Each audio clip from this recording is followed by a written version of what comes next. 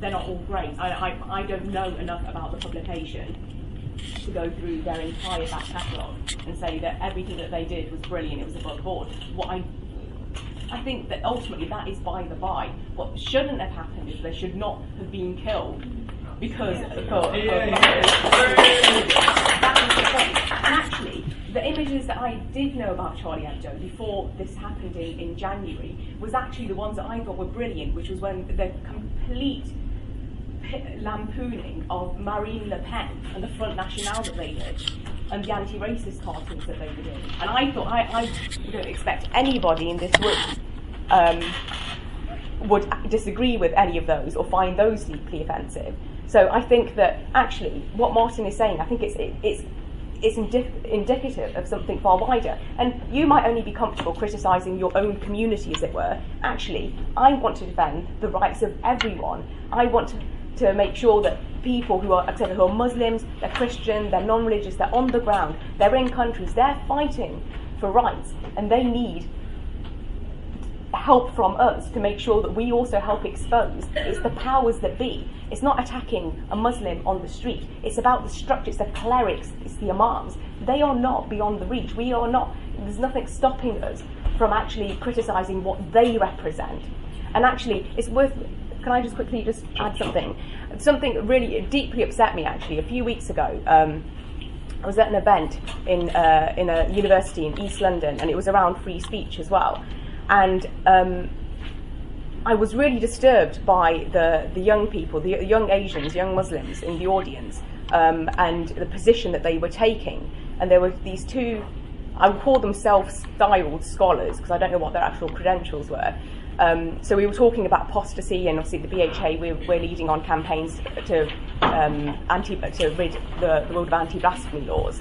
And one of these young people made this point about the roots of blasphemy laws being from colonial times in the laws there, and everyone applauded. And then we were talking about actual real cases of where people have been killed for apostasy, and people in the audience applauded. Now, I spoke to some young girls after this event, and there was these 4 Muslim women, amazing women. They had hijab on. They were students at the university. 2 were medics. One was doing biological sciences and one was a dentistry student. And I spoke to them and I said, why did you applaud the point that he made? I'm like, do you believe that somebody should be killed for leaving their religion? Do you not think people have the right? They're like, oh no, not here, but in other countries, because it's Islamic, then, that's how it should be. And I was like, okay, then anyway, we took this sort of, this line of inquiry through to actually got to the real position of their thinking. And I said, well, why did you not then challenge the speaker on that? And these girls said to me, they're like, oh no, but we're not scholars. We couldn't challenge them because we're not scholars. We don't know enough about Islam to be able to challenge these views. Well, hang on, you're medics, you're scientists. The complete bedrock of your studies, your thinking is around critical thinking and free inquiry. Do you never question any of your lecturers? Have you never throughout your entire schooling questioned your teachers, lecturers? Like, yes, of course we do. But for some reason, because they were seen as Islamic scholars, they felt unable to question what they were saying. And that, I thought, was, I don't know what that is indicative of in terms of a wider context, but that is something that must be challenged. And we must be free, to challenge, to ridicule, to satirise. If we can't take that as individuals, then the problem lies within us. Okay, thanks. No. Just very quickly, you see, in part, your presumption is that in order to enter the debate, we have to begin by denouncing the massacres in Paris, the affronts of the left wing. This is our passport to inclusion and discussion.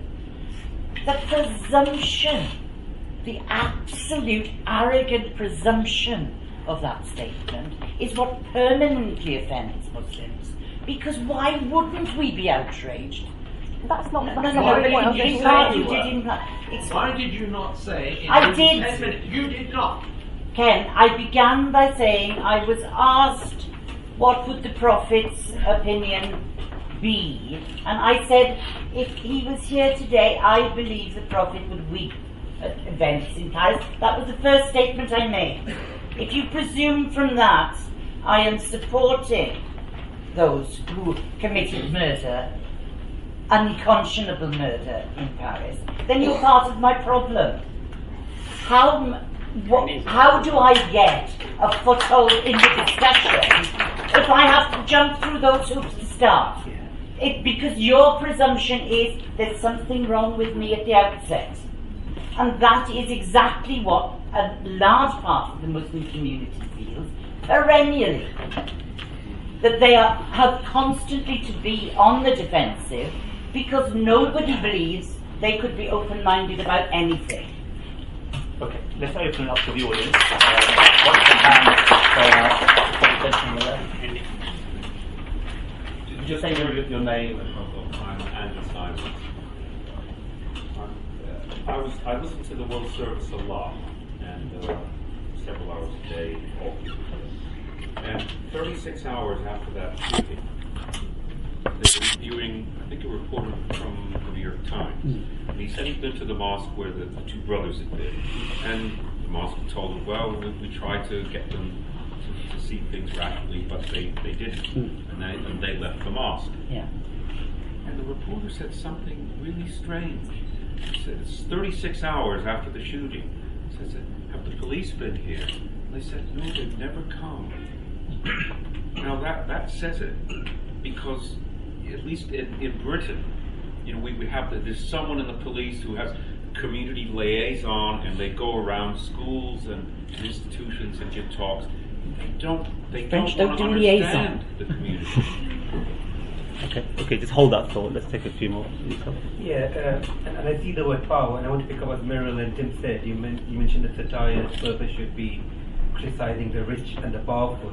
So how do you respond to atheist humanists or those who actually argue that religion itself is power that has to be ridiculed? Okay, just hold that thought. Yeah. Let's take one more question. Yeah. My name is Merryl. I'm a Muslim women's organisation that's been working for the last 30 years in the community. I want to start off by saying, I'm really sick and tired of being told every time, as you said, Merryl, you talk about anything. We've been justifying ourselves from the time of Rushdie. We've been standing up and saying this is not acceptable. And I find it thoroughly unacceptable that we continue, that ordinary Muslims feel that we have to justify. I'm not prepared to justify anything because I didn't do anything, right? And I think I'm really also frustrated with the secular humanist approach, which in itself is as intolerant as it claims it's trying to accuse other people of. And I'd like to pick on the point made by Tim, that in a sense, for himself, he's about having an ethical framework, having a sense of moral and political responsibility to yourself within a context of how do you challenge authority and things like that. And I have yet, in my experience with secular humanists, really found the ability to find for myself a space in what the new world order that you want. And I find what secular humanist has failed to understand religion overall.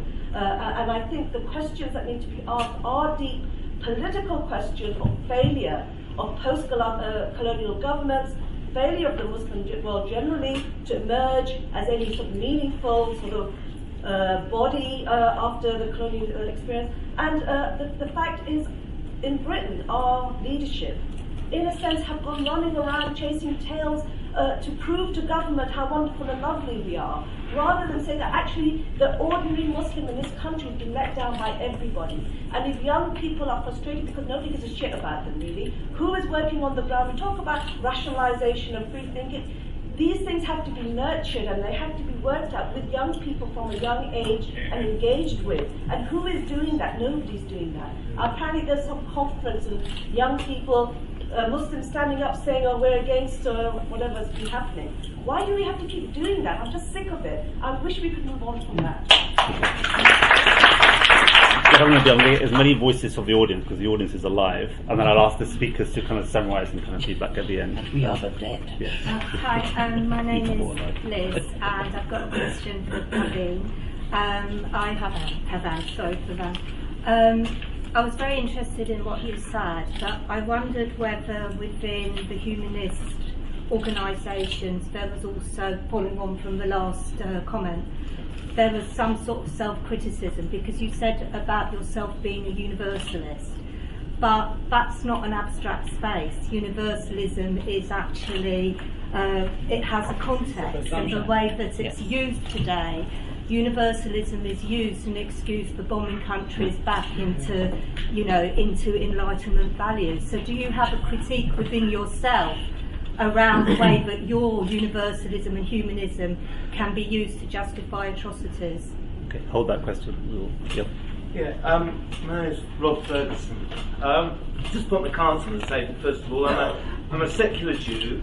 I'm responsible for the tutoring and therefore, I suppose, the pastoral issues in the biggest sixth form college in London, the majority student cohort of which, by far, is of Muslim origin.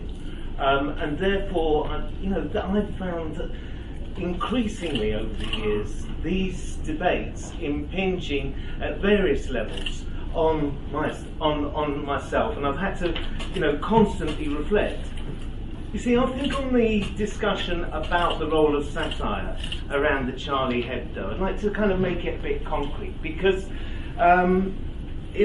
when I first sort of started to engage with the cartoons and so forth, it sent a bit of a shudder down my spine, because it reminded me of another French magazine called Parole Libre, the free word, free speech, if you like, at the beginning of the 20th century. If I just describe one cartoon on its front page, is of a very anti-Semitic, clearly anti-Semitic figure embracing a globe, and underneath is written just two words: leur patrie, their nation, their country. Now, the context here is crucial, it's critical. In fact, the parallels, it strikes to me, between anti-Semitism in the first half of the 20th century and Islamophobia now are actually, while not exact, too close to be untroubling. The idea of an alien, loyalty, a world view that is alien to the nation or to the home civilization and so forth. I do have some problems with the language of offence, however, because when I think of those anti-Semitic cartoons, both then and indeed examples now, yes, I'm offended.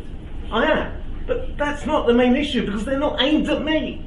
They're aimed at non-Jews, just as those cartoons were not aimed at Muslims, however much they offended Muslims. They're aimed at stirring and reinforcing prejudices and bigotry, stereotypes and labels amongst non-Muslims about Muslims. And I think that's, to me, really important. And in France, this plays a history of repression and oppression. Just one example: the dumping of hundreds of Algerian bodies into the River Seine by the same police chief who sent Jews to the camps, Pavan. Now, not to mention the Algeria question and so forth, and of course the poverty-stricken banlieue of Muslim youth out on the outskirts of Paris, facing daily police harassment and so forth. I think you can't talk about free speech in the abstract, and in any case, I don't think anyone said we're against free speech. It's about understanding then what the responses and the consequences are of who you make your target. And I just want to say one thing about apologies, because I think this constant demand that Muslims apologise starts off with an intent to cast suspicion, the idea that Muslims can't be trusted, and it's an insatiable demand, because if you say, yes, of course I condemn it, the demand never stops, because you have to go on proving it, and it's about trying to demonstrate there's good Muslims and bad Muslims, and it precludes discussion about cause, it precludes comparison to atrocities or murders taken by Muslims to those taken by non-Muslims, and so forth. And I think it is a fundamentally loaded agenda that we have to shift. Okay. Okay, thank you very much. Your ladies hand over there. Yep. I wanted to say thank you for the time to Pavan. The disagreement is not over if there should be I agree with you, there should not be any suppression in the name of So can you respect. speak a bit louder, please? Yeah, sorry. I agree that there should be no suppression in the name of respect, but I think I really strongly disagree with the way you characterise that problem. And I felt you conflated stereotyping with actual inequality.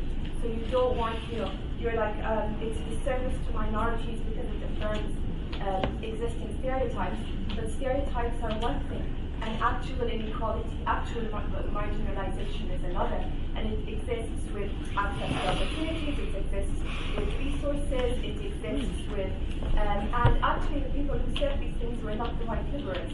They were feminisms of various, in the post-colonial theorists of various kinds, who were answering the white liberals who are humanists about this universal idea that did not include them and did not include their language.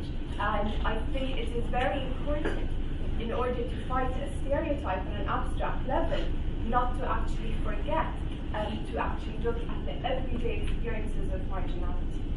Thank you. Because our time has been extended by 10 minutes, shall I ask the panelists to respond and then we can go back into the audience? Pavan, did you want to? Pavan, do you want to respond first? Yeah, sure. There's Particularly around the issue about is there a tradition of self-criticism within the humanist tradition? Oh yeah, of course. I mean, the whole notion, the whole point of being a humanist is to be constantly examining and re-examining your ideas and to be self-critical. There's no point in having. It's not a doctrinaire belief system. But what I will say is, that's just one part of my identity, and I'm first and foremost, I'm a human rights activist. So of course, nothing is ever going to stop me from questioning foreign policy or looking at universal human rights and atrocities happening all over the world. That's part and parcel of my humanism and my secular humanism. And when I made a point about secularism, I don't think that, a fundamental freedom is the freedom of religion or belief. In fact, that's what protects humanists, atheists, freethinkers as well, is the all belief bit. And that's why we work closely with religious groups and communities across the world to try and secure this freedom. And I don't think that having what I believe to be quite an intolerant system of French-style secularism, where you ban what people are wearing, banning the veil, banning the burqa, whatever they want to do, that's not a position that the British Humanist Association would take. It's not one that we advocate for. People should be free to express their religion and their religious beliefs in a way that doesn't impinge upon the rights of others. And I don't think that the way that a person dresses, the way they expresses themselves, like through their religion, that's one of the ways that are actually doing that. But what I did want to make the point about the lady that spoke at the back there, I didn't get her name. Of course, there's a big fundamental difference about structural racism and then the framing of people who are part of a minority community as just being vulnerable and oppressed. And they are two completely different areas which you work on. It's a two-pronged approach. The point I was trying to make was that people are saying that minority communities need to be protected from offence because we're somehow oppressed or we're more vulnerable than others. That's completely different from looking at structural inequalities and looking at things like institutionalised racism, disproportionality within the criminal justice system, all of those other areas. And I don't think that there was a conflation between those two. Okay, thank you. Tim? I just think there's a danger of being quite abstract in this defence of freedom of speech. As a satirist, I have to look at things in a practical way. And so choosing your targets is extremely important. If we've only got a certain amount of ammunition, I can only think of 2 or 3 jokes a week, or a month. So I have to be sparing with them. It's a question of keeping your powder dry and choosing your targets.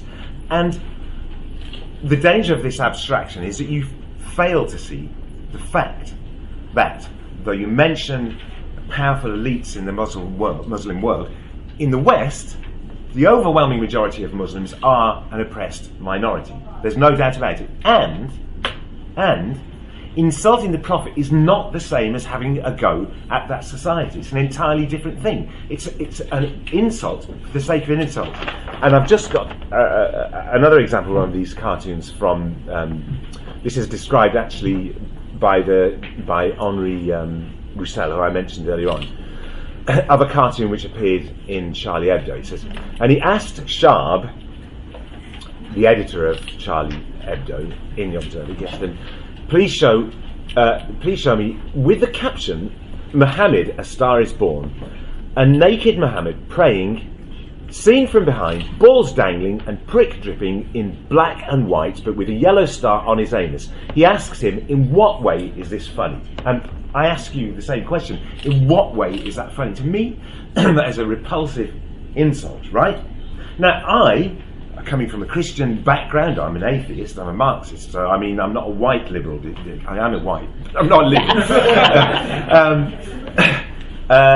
I'm not defending it from that point of view. I just think this is a vile provocation of the wrong people. You know, and I think, and I'll just finish on this, right? I think I defend free speech utterly, but I do think you have to choose your targets. And as a satirist, if I find myself on a march calling for free speech with the likes of Cameron, Netanyahu, Hollande, those people, then I'm not a satirist. I'm in the wrong company, right? And I would refuse to go on that march. And this is why there is differences between, it's why we have laws against the incitement to hatred. But I really do take umbrage with that point of view. Like, maybe it's just me. If you know, the Muslims in the room, could you put your hands up if you feel oppressed? If you feel that you're part of an, okay. Can I take? Excuse me. And this is can I just answer that? Well, just look at the employment. Hang on, there's some basic. Hang on, there are some figures which point this out. This is not just. It's not just me saying this. I mean, look at employment. Look at unemployment. Look at where educational achievements, etc., etc. Okay, I think that's what identifies. We get the argument. Can I on this point, because in this debate about free speech, I support free speech, but I just want us to recognise reality. Do Muslims feel oppressed? Well, I remember going down on a train to Brighton to attend the Labour Party conference when in the run-up to the Iraq War. And I remember 4 of us sitting there, overhearing further down the carriage, George Galloway. And 4 of us actually saying, isn't he lucky? He can say what we want to be said, but we could never stand up in public and say it.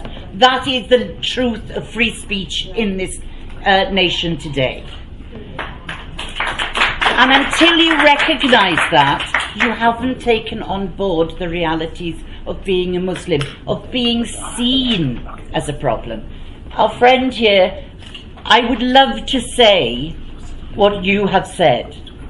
You, as a secular Jew, have made my points for me, because you can say them. I would be questioned and doubted if I voiced them. My students say that. Yes. So freedom of speech is not open to everyone, and that is part of the problem. That is part of the frustration of being a Muslim in Britain today. One of my favourite we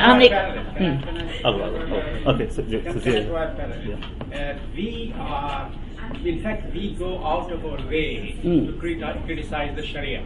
Indeed. Right? Which is essentially the main power structure of Islam. Indeed. But the interesting thing is that if you frame freedom of expression as an absolute, or the UN Human Rights Charter as an absolute, you are saying this is my Sharia. Yeah. You're saying this is my Sharia, and this is the universal Sharia in that sense. And therefore we have a right to do what, you know, we can justify a number of things on the basis of that.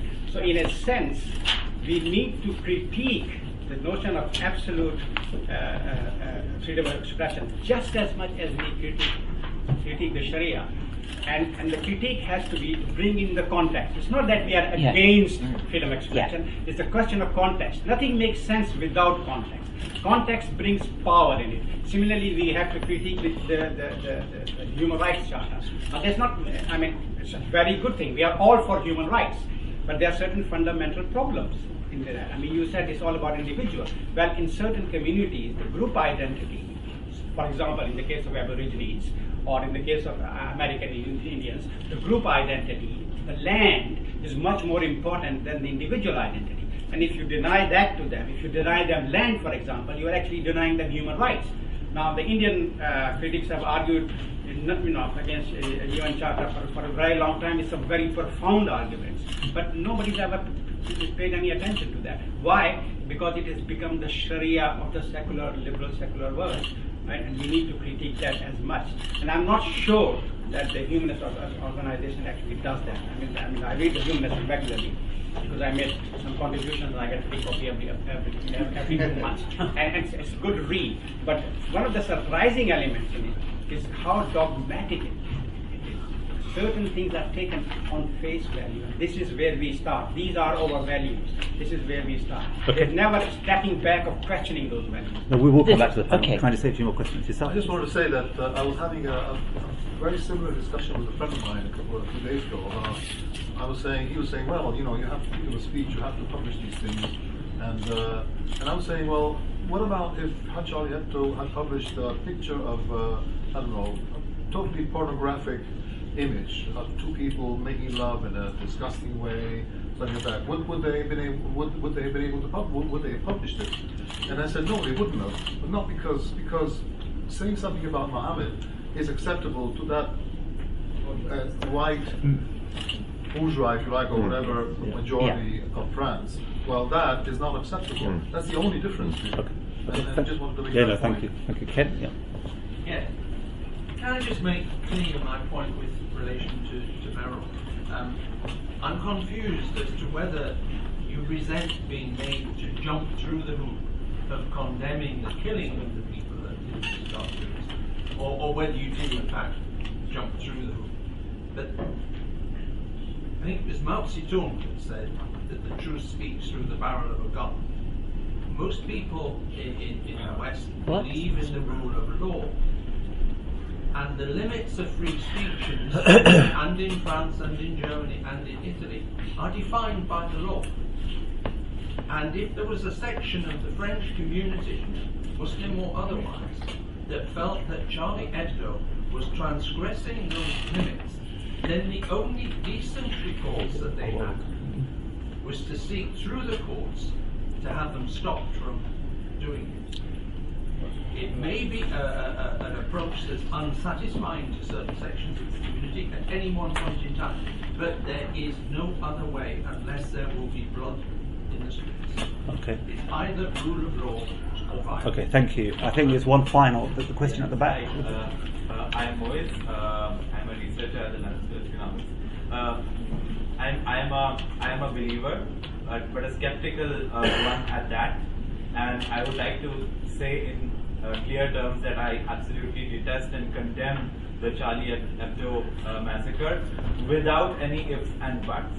I mean, the racist overtones and all of that is for another day, for another discussion. But the question that I want to raise is this point, is the notion of the sense of other, which we think of as endemic to a monotheistic faith like Islam. Especially to someone like Ziauddin Sardar, I would ask this question: that do you find it uncomfortable to engage with this question of the other? Because, say for example, in heterodox traditions like Indic traditions, you have the gods there are not godly enough, and the demons are not demonic enough. But whereas in a monotheistic faith or tradition like Islam, you have to have an other, be it Iblis, be it the polytheist, be it the kafir or mushrik or whatnot, or be it in the secularized theology, the other as the nation state as your public enemy. So do you find it uncomfortable in the sense that instead of this self and other, like this frivolous debate between universalism and particularism, are there cultural tools that are available to us, which instead of focusing on the strongly demarcated distinction between self and other, can lead us to another direction in terms of talking about ourselves, our conflicted selves, as people like, say for example, Ghalib would point to. Okay. Now I just invite the panel to make their closing remark, I want to responses. hear Zaidan's response to that. I started off my opening sentence was that Islam had a problem with the other right in the formative phase. Okay, thank The you. problem other is right there, and we need to do something with it, and it's been there with us throughout 14th century. Very good. Pavan? I want to make a really quick point actually, and it's going back to something that Merryl said in her opening speech. I think that there is a problem in terms of who is put forward in the media, and the fact that there still remains this whole sort of community leaders notion, and these are the people that you'll see on the BBC and we'll hear them on the radio, and there isn't the diverse voices amongst all communities, whether they're religious or belief communities, that are actually put forward, and that is a wider problem with the media. I mean, I go into interviews for the media, and it'll be usually within debates around religion or belief, and people automatically assume that I must be the Muslim speaker or the Sikh speaker or the Hindu speaker, and never assume that I'm actually the humanist or the atheist who's actually on the panel. And it's because in their mind they have pictured who they think should be the person, or what the person looks like, who should be representing a certain group or sections of the community. And so I do think that is something that does need to be challenged, and more voices need to go forward, and people need to get a wider spread of people from religious communities and non-religious communities should be at the fore, and they should be putting themselves forward to be those spokespeople. And it's the responsibility of the BBC to represent the diversity within our nation. Okay, Tim? Yeah, well, actually, in a way, I agree with that, but I don't think the way to achieve anything like that is by insulting, large sections of the population unnecessarily. I don't think that's the way to do it. And I think, going back to the point I made earlier about satire, I think it's very important who we choose to attack. And, talking universally about religion is silly, because they're not all the same, they're not all in the same situation. We have to put context above everything. And for me, to attack Muslim beliefs will actually probably reinforce any reactionary elements within that religion. It won't help it at all. It's easy to ridicule. It's not that easy actually. It's quite hard, but it's very important, because it's hard to choose exactly which target you're going to go for. And for me, that's clearly Cameron, Obama, et al. Okay, thanks, Tim. I just want to make 2 points. As far as I'm concerned, being religious is, by definition, being self-critical. You can't. If religion is about acquiring a moral and ethical sense of judgment being imposed on yourself, you cannot then not be self-critical. And I think that the other thing that you should remember is that all civil liberties actually began as religious liberties. The whole argument in Western society for freedom of conscience, Martin Luther's "Here I stand, I can do no other," is the foundation of the whole of the civil rights movement. So religion is not averse to freedom. Indeed, freedom naturally grows out of religion. I have a point with Ayaan Hirsi Ali at the moment, but I'll come. That's for another occasion. The problem, however, is who gets to define. A journalist, as I was taught, is never wrong. A journalist can always defend themselves on the basis of freedom of expression, freedom of speech, because whatever they say, anyone who wants to stop a journalist or artistic expression is the thin end of a desperate wedge that is leading to fascism and inevitably to the end of society. The deluge is coming next. Responsibility in the media, responsibility in managing communication is part and necessary part of this debate. Unless we can criticise how the media uses its freedom, whether it uses it responsibly or not, is to put the media beyond criticism. Then they don't have freedom, they have ultimate license. License to describe, to pigeonhole, to stereotype, and that is a problem for the ability for open debate in society. And that is the cautionary note that I think is absolutely essential to strike in this. We need discussion. I am not for the freedom of ignorance. I am for the freedom of responsibility. Okay, thank you, Merryl. That was a great first debate.